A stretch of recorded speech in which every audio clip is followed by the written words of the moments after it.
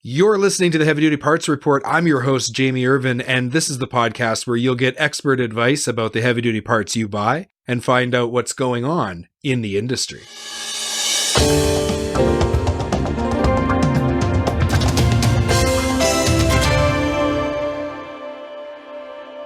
This episode is sponsored by TruckPartsCross.com. With over 1.5 million crosses and counting, you can cross just about any part you're looking for with TruckPartsCross.com. In this episode, we are going to talk about the year that was 2019, and we're going to also talk a little bit about where we see things going in 2020. To help us with that, I'd like to introduce to you Lucas Deal, Chief Editor at Truck Parts and Service. Lucas, welcome to the podcast. Hi, how are you? Thanks for having me. Well, I'm very glad that you're here. Lucas, Truck Parts and Service is a magazine. It also has a website at truckpartsandservice.com. Could you just tell the audience a little bit about it in case they're not familiar with your publications? Sure. Truck Parts and Service, TPS magazine, as we know it as, has been around since 1966, and it's been covering the medium and heavy-duty independent truck aftermarket that entire 53 years now. We are available online, TPS Magazine or truckpartsandservice.com. This year we went through a bit of a change. We integrated our successful dealer brand, which covers the medium and heavy duty dealer market and trailer market within the larger Truck Parts and Service umbrella. So now TPS Magazine covers the entirety of the aftermarket channel as well as the dealer channel, and basically everyone that's servicing the medium and heavy duty fleet in North America.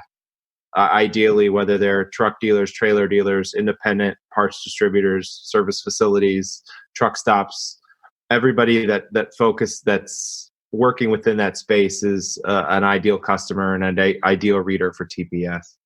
Well, that's fantastic that you've been able to create something that is so inclusive. I think that's really important to look at the entire industry. Speaking of that, in 2018, we saw record truck sales on the heavy duty side, but then in 2019, it seemed to slump. Why didn't we see a new record set in truck sales in 2019? Well, truck sales are always cyclical. We always have a really strong peak and then it valleys out in a strong peak and back and forth. And that usually happens on about a 3 to 5 year cycle. So it's unlikely that we would follow up a record year with another record year unless we came in a situation where a really strong October through December fourth quarter then led to a really strong first quarter that would change the next year. But that's highly unlikely. And we sold so many trucks and had so many I shouldn't say sold. I should step back a second. The thing that made 2018 so spectacular was how many trucks were ordered. But a lot of the trucks that were ordered last year are actually officially being sold and ownerships being taken in 2019. But what made 2018 so unique was a lot of the trucks that were ordered in 2018. A lot of fleets out there in the marketplace started ordering trucks earlier than they otherwise would have because the market was so strong, and they saw their competitors and contemporaries in the market going out and ordering trucks, and they realized, if I'm a fleet that always orders in October and in July the backlog is 11 months long, I better get on that backlog in July, because if I wait till October, it's going to be a 12 months or more before I get my vehicles. So we had this unique situation, kind of a perfect storm last year, where the market was really strong. Everyone wanted to buy trucks. And as everyone went in and ordered trucks, those who were not necessarily ready to buy yet realized, I need to at least get my name on the order board. So people started putting in orders earlier than they otherwise would have. And that kind of eliminated seasonality for 2018. Rather than selling a lot in the spring, fading in the summer, and then picking up again in the fall, it was strong the entire year and didn't really start to fade until November and December, which created this spectacular year from an order perspective. But then we got into 2019 and no one needed to order a truck anymore because everyone did it last year and they were still waiting for those trucks. So our orders tanked almost immediately in 2019. And now we're in this situation this year where orders just came up over 20,000 units for the first time in October. And that's great. Usually you would have seen that 5 or 6 times by this point in the year. And this was the first time it happened. It was good to see that it's moving upward again, but it's very unlike what we've seen in past cycles. And I think it just goes to show how strong 2018 was. in today's daily email, and if you'd like to subscribe to the daily email, go to truckpartsandservice.com. Right in the header there, you can subscribe to the newsletter and sign up to it. But in today's email, I saw that you wrote an article about trailer sales and how they're projected to conclude 2019 and head into 2020 in quite strong fashion. What's driving that? I think a lot of that is seasonal ordering.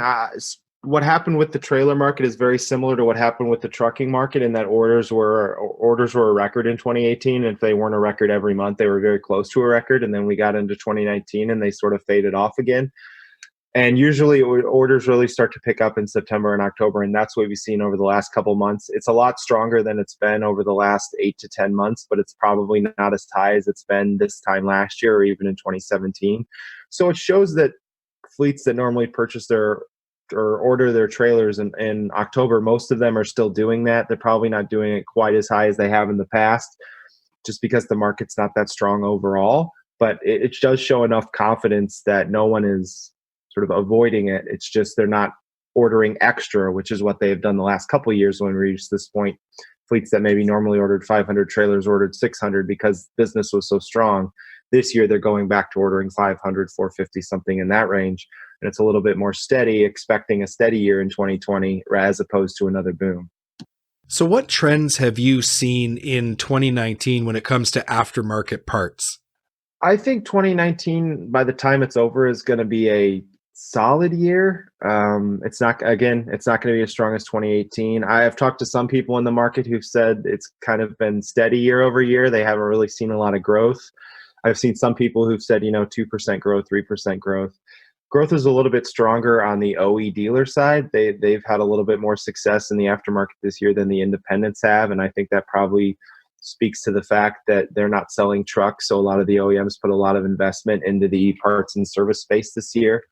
And as such, their dealers have been able to get out in front of the market a little bit and sell some extra parts. So their numbers are probably slightly higher, but not that much higher. I haven't really talked to anyone that says that they're down year over year. Everybody's either stable or up slightly. And again, as you know, in this marketplace, there's a lot of regional differences. So if you talk to somebody that's in an oil field that's still pretty active, they might be having a great year. While you talk to somebody in the South where they don't have oil fields, maybe they're not doing as well. Or you talk to somebody on the Great Plains, and we had some problems with here in the U.S. with getting corn and beans in this year, and I'm sure that there were some spots that weren't planted, and as such, there's not going to be as many trucks moving grain here in the fall if the crop wasn't planted in the spring. So there are certain parts of the market that are stronger than others, but I haven't heard anybody say that they've really taken a beating this year, but I'm sure there's some people that wish it would have been a little bit stronger.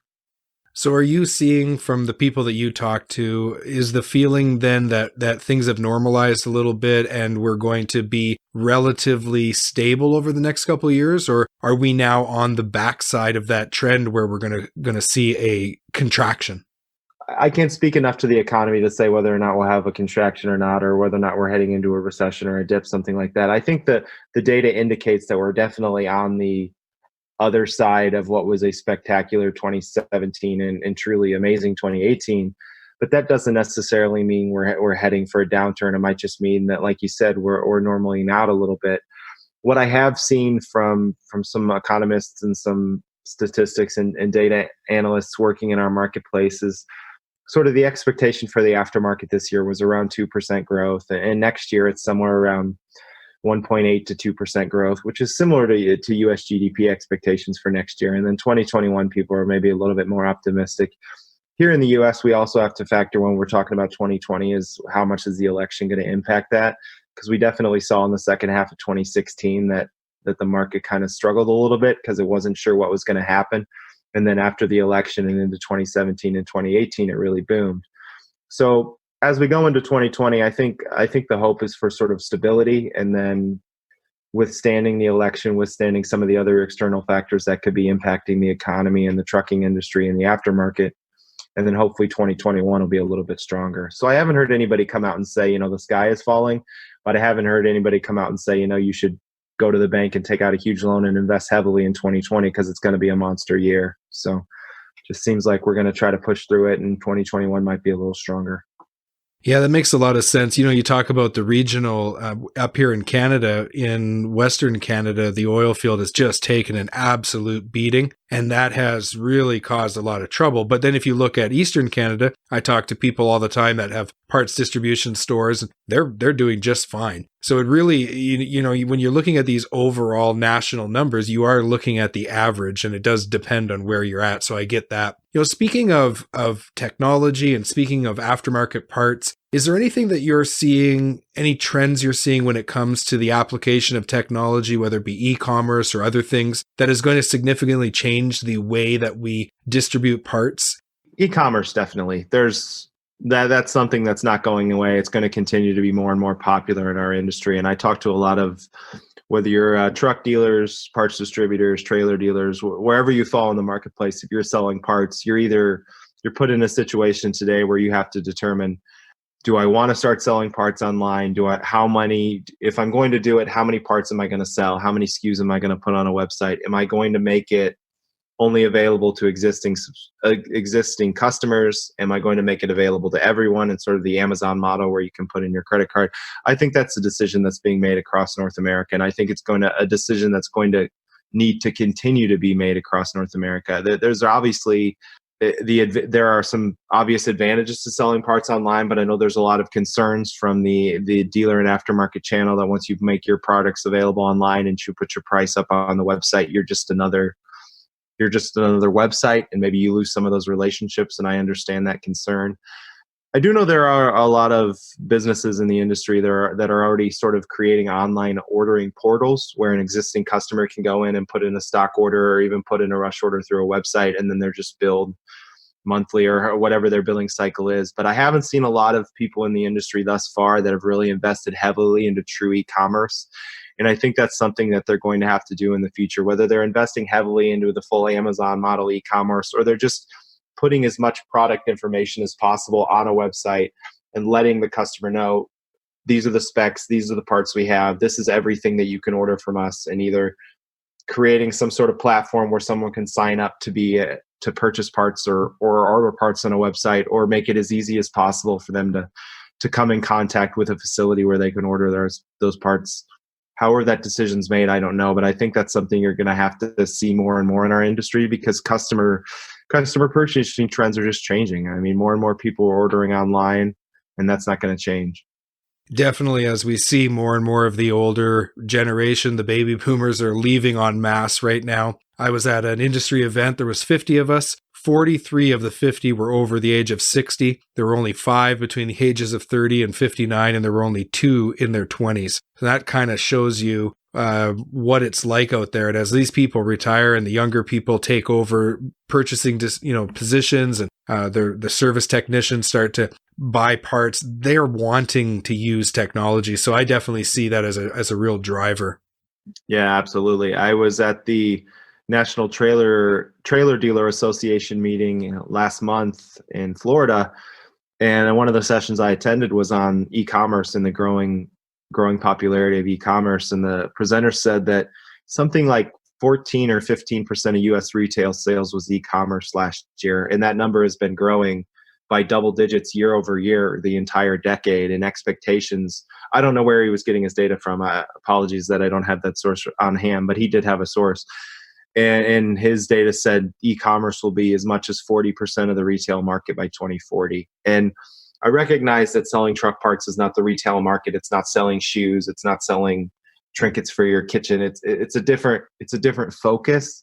And there's a lot of parts that you're always going to want to go to a distributor for or go to a dealer for, because they're very specific. They're heavy items. They're high cost, high dollar products, and you want to make sure you buy the right one the first time, as opposed to just you buy a pair of shoes, you send them back if you don't want them.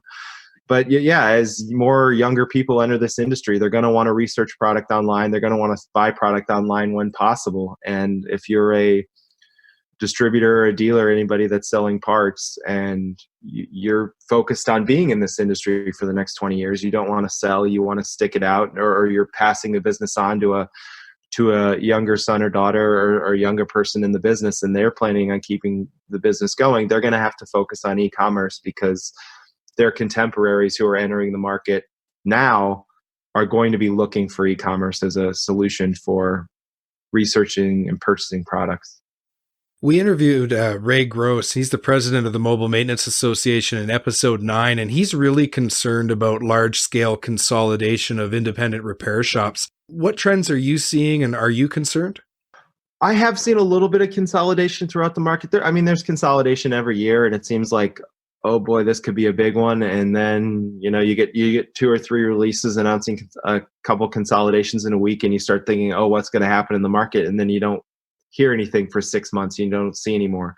So I don't know what to expect long term as it relates to consolidation. It's always going to continue. There's going to be a certain amount of businesses in our industry that are going to determine, business owners that are going to determine that it's time to get out, and there might not be a son or daughter or a associate in the business who wants to take over. So we're going to continue to see that as we sort of go through that generational shift you were talking about earlier, as a lot of those 60-year-olds start to move out of the business. If they can't find enough people in their 30s and 40s to take over, they're going to have to consolidate. Or we're going to see situations where a company that has 5 locations maybe becomes a company that has 8 locations and maybe moves into new markets because they realize that the businesses that are there, maybe their days are numbered. As it relates to the service market, I haven't heard as much there as it specifically talks about service. Usually I'm looking at the entirety of the dealer channel and the entirety of the aftermarket channel. So I can't say that there's one service business that seems to really be stepping out and acquiring a lot of locations. But just like it is with the dealer channel and the aftermarket channel, I'm sure that there will be less businesses in the industry in 5 years than there are now. There probably won't be less storefronts. There won't be less brick and mortar facilities, but there probably will be less companies. Yeah, that makes a lot of sense. I know Dickinson Fleet Services, they've been buying up quite a few repair shops and mobile repair specifically. So we definitely see it. It's interesting also to see the aftermarket parts distribution companies starting to buy service locations. I think there's a recognition that you're not going to be able to just be in the parts industry. You're going to have to combine parts and service. And I think that's why you see companies like Truck Pro, they're buying service locations, companies like Fleet Pride as well. So I think there's definitely something there, and that seems to be happening more and more. Mm-hmm. Yeah, absolutely. We've written about that a couple of times in TPS over the last couple of years, just the importance of service moving forward. Because as parts become more and more commoditized, especially going to e-commerce, unfortunately, you're going to have more commoditization of parts. The true value for the aftermarket distributor or service provider is being the person that throws the box away. And if you can not only sell a part, but also sell the service to put that part on a vehicle, there's some real value there. And I think there are a lot of smart and proactive parts distributors out there that are realizing if they're only mildly in service that they need to expand their service presence, or if they're not in service at all, that it's something they need to consider, whether that's opening a shop of their own, acquiring a shop, creating a partnership with a shop where they're a preferred vendor, understanding the importance of service. Because as these vehicles become more technologically advanced, the larger fleets are usually pretty good about being able to get the technology that's necessary to maintain their equipment, but also their larger fleets are probably not going to be going to the aftermarket as much. With these medium and small fleets and the owner operators, they're not going to be able to do the service anymore because the trucks are too advanced for them. And if they're not going to be able to do the service, they're going to turn to the independent aftermarket to do that service for them. And if you're a parts distributor, you want to be in front of that customer, not just for the part, but also the service. So you're going to want to make that investment now, because if you wait 5 to 10 years to do it, you're going to be too far behind. Yeah, that actually makes me think of the electrification of our trucks. Like we see what Nikola Motor Company is doing, and then we see how the traditional truck manufacturers are responding in kind. And it seems like every few weeks this year, there was another announcement of a electric or E model being announced. I think that's going to have a big impact on parts and service, especially on the independent side, because it seems to me like the future technicians are going to need to be electrical engineers to be able to work on these vehicles. So that, to me, it's a little cloudy how that's all going to unfold. Yeah, I'm interested to see what happens there too. I know that the OEMs have been releasing a lot of electric vehicles, but for their dealer channels, other than the different training for the technicians to deal with the different power units, a lot of what their technicians are going to be doing moving forward is the same, because they're going to have access to all the data they need. They're going to have access to all the parts that they need. So the OEMs are pretty confident that they can train their dealers. As it relates to the aftermarket, that yeah, there's a lot of concern there. And I have some concerns on my own because I don't know if you're an aftermarket, whether you're a mobile maintenance fleet or mobile maintenance provider, or you're a service shop that's got 3 locations or 10 locations or however many you have, how are you going to have access to that, to the technical bulletins and the technical information necessary to maintain these vehicles? Now, obviously, wheel end, suspension, lighting, a lot of things are going to be the same. General electrical is going to be the same, but when you get under the hood, there's going to be a lot that's going to be completely foreign to your technicians. And I'm equally concerned and equally eager to find out what happens there, because I don't know exactly what will happen as it relates to the aftermarket with maintenance of electric and hybrid technologies. And I think it's something that the industry needs to prepare for. You've been listening to the Heavy Duty Parts Report. I'm your host, Jamie Irvin, and we've been speaking with Lucas Deal, Chief Editor at Truck Parts and Service. To learn more about Truck Parts and Service, you can go to truckpartsandservice.com. There is a link in the show notes. Lucas, thank you so much for being on the podcast today and sharing with us your expertise. It's been a real pleasure talking to you. Thank you. Glad to be here. Have you subscribed to the podcast yet? Go to heavydutypartsreport.com to listen to and subscribe to the podcast. And let's remember to continue to focus on cost per mile over purchase price. And let's keep those trucks and trailers rolling.